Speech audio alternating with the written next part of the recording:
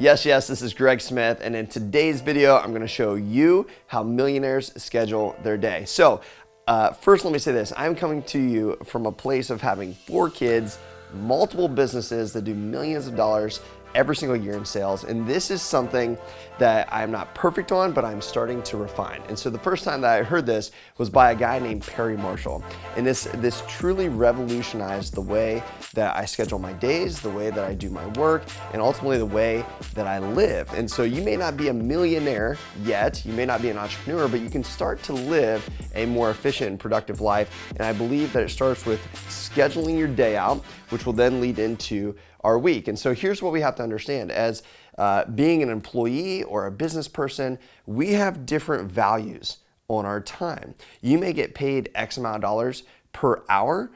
You may get paid X amount of dollars per job that you do, but in the end, there are small snippets of time that actually make up more of that production value. So if you think of things like 80-20 and you have an hour worth of work, typically 80% of that hour is lost and 20% of that hour is really where things happen. And so the same thing happens with your day, the same thing happens with your week. And if you're like most entrepreneurs, a lot of times you can find yourself doing work that is urgent and not necessarily work that is important. Now, work that is urgent is things that come to you, people that text you, people that call you, people that email you, things that you're responding to, okay? This urgent work a lot of times will take up 95% of our day if we don't learn how to schedule it appropriately. And when we start getting into urgency over importancy, then we lose what's most productive within our life and what's most productive within our business. And so today we're going to talk primarily about business, but this also goes with your life, okay? Because there's urgent things that you need, and then there's important things. And so for me, this is family and relationships on the home side.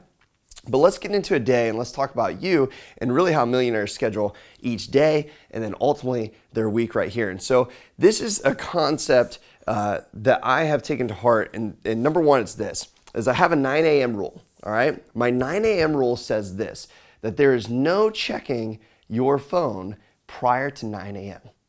No checking your phone prior to 9 a.m. And what I mean by that is a strict hard rule that I keep it on airplane mode. So when I go to bed, so up here, I go to bed, I turn my phone on airplane mode, and I do not turn it off of airplane mode until 9 a.m. And now here's why, is because I'll tell you what I do here. This time here is filled with family, taking kids to school, dropping them off, and then I get back home to my office at 9 a.m. And so I do all of this working from home with 4 kids, only one of which is in school currently, but I still find time to get the important stuff done and not just be reactionary. And so what I do is I have realized, now I used to be a night owl, so I don't know if you're a night owl or not. If you are, you can kind of flip-flop what I'm going to show you right here. But I've learned that there's time that you have and that you have to set aside to where it's just you. And it has to be just you to where you can be a priority, because what I used to do is work really late at night. This was before kids, and this would be after my wife typically goes to bed before I do. I would stay up and I would work extremely late because that would be my time where it's quiet and I could do important work and I could really dig into projects and learning and applying and getting things done. As I had kids though, my kids wake up, and when my kids wake up, I have no choice but to wake up. And so where I found myself is if I don't wake up before my kids, I'm waking up in a reactionary mode, which is urgent work, which is to get them food, get them dressed, get them showered, do their hair, and get them off to school. And so, Perry talks about this thing called Renaissance time. And Renaissance time for me here in the morning is really spent doing creative and important mind work. And so this usually is reading. This usually is my top priorities, which I set the night before. So that's a good tip, by the way, is set 3 things the night before that you're going to accomplish within this time. But you wake up early, easier said than done. But this time here is before anybody else wakes up. And so if, or before you have to go to work. Like I remember when I was starting to become an entrepreneur and I'd go to work, I'd find time in the morning beforehand and I'd start to get things done, okay? So this time here is uninterrupted time where you spend doing the most important work that you have to get done, all right? Important work. For me, this is time with the family, getting them ready, etc., drop them off at school, then I turn my phone on right here. After I turn my phone on, I'm typically filling that time with meetings, calls, or coaching, all right?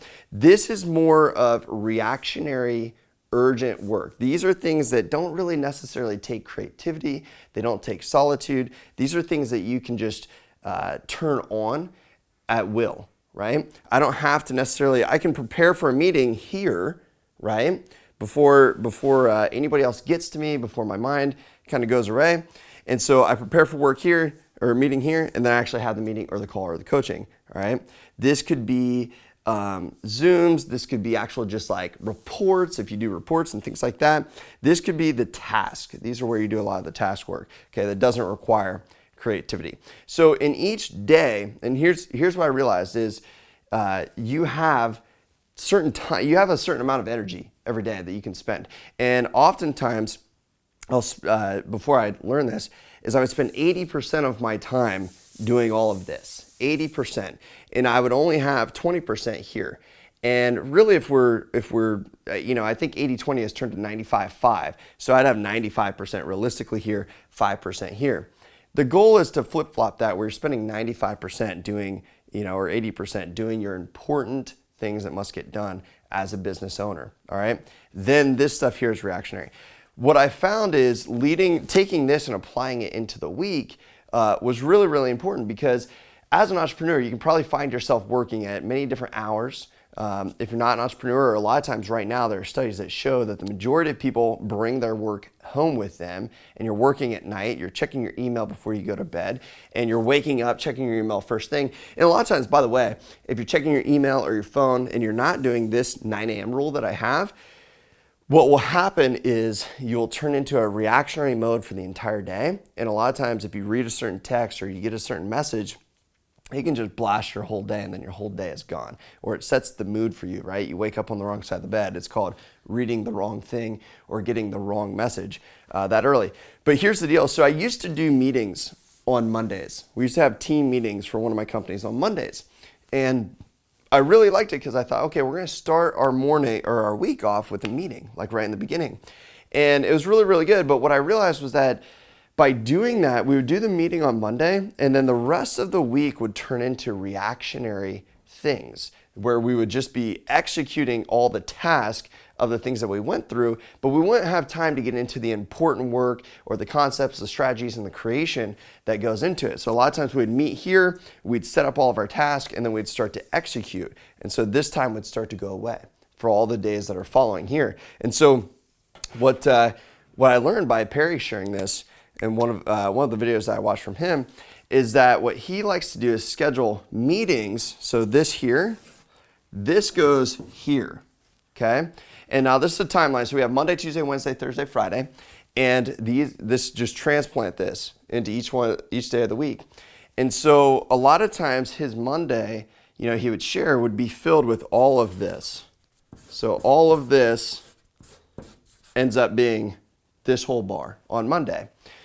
And then, because a lot of times it depends on your personality, but if you're on Sunday and then you have a meeting first thing in the morning on Monday, sometimes you can dread Mondays.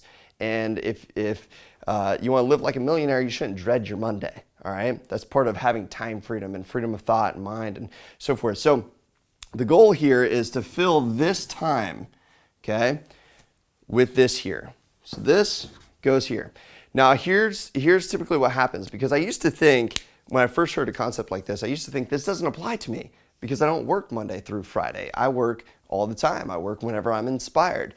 But at the same time, if I can start to try to schedule this way, then I've realized that my businesses are better, my home life is better, etc. Because as the week goes on, what typically happens is you will lose some of this juice, some of the creative juice, the importancy juice, the strategy. And it's not that I work for the weekends, because I gave that up a long time ago when I started businesses.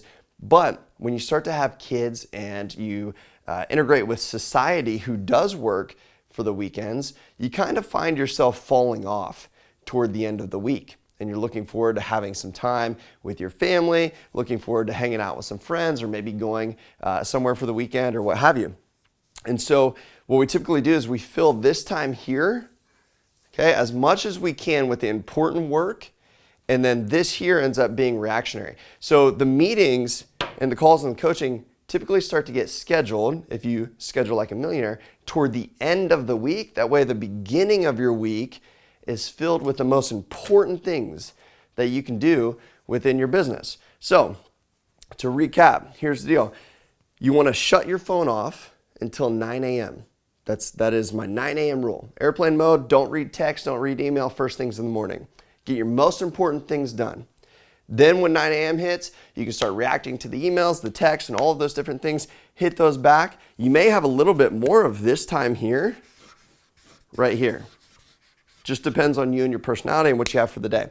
Fill the rest of the day with urgent stuff where you're responding.